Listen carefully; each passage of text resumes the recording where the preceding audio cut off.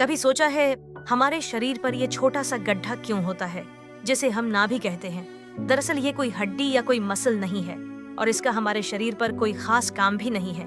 फिर भी हर इंसान के शरीर पर ये मौजूद है। तो सवाल ये है, अगर इसका कोई काम नहीं है तो फिर नेचर ने इसे बनाया ही क्यों? देखो, असल में नाभि हमारे शरीर का एक निशान है। जब हम माँ के पेट में होते हैं तब हमारा शरीर सीधे माँ के शरीर से जुड़ा होता है, एक खास ट्यूब से, जिसे कहते हैं अम्बिलिकल कॉर्ड।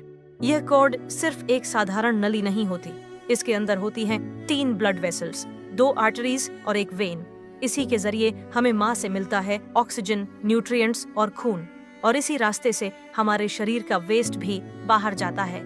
मतलब जब तक हम पैदा नहीं होते हमारी पूरी जिंदगी इसी कनेक्शन पर डिपेंड होती है, लेकिन जैसे ही बच्चा पैदा होता है तो उसे अब खुद सांस लेनी होती है। इसलिए डॉक्टर अम्बिलिकल कॉर्ड को कट कर देते हैं और जो छोटा सा हिस्सा बचता है वह कुछ दिनों में सूख कर गिर जाता है, और जहाँ यह जुड़ा हुआ था वहीं बन जाता है एक छोटा सा निशान, जिसे हम कहते हैं नाभि।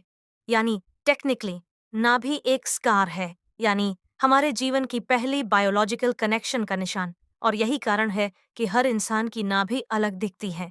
किसी की इनवर्ड होती है तो किसी की आउटवर्ड। असल में ये इस बात पर डिपेंड करता है कि जन्म के बाद स्किन कैसे हील हुई।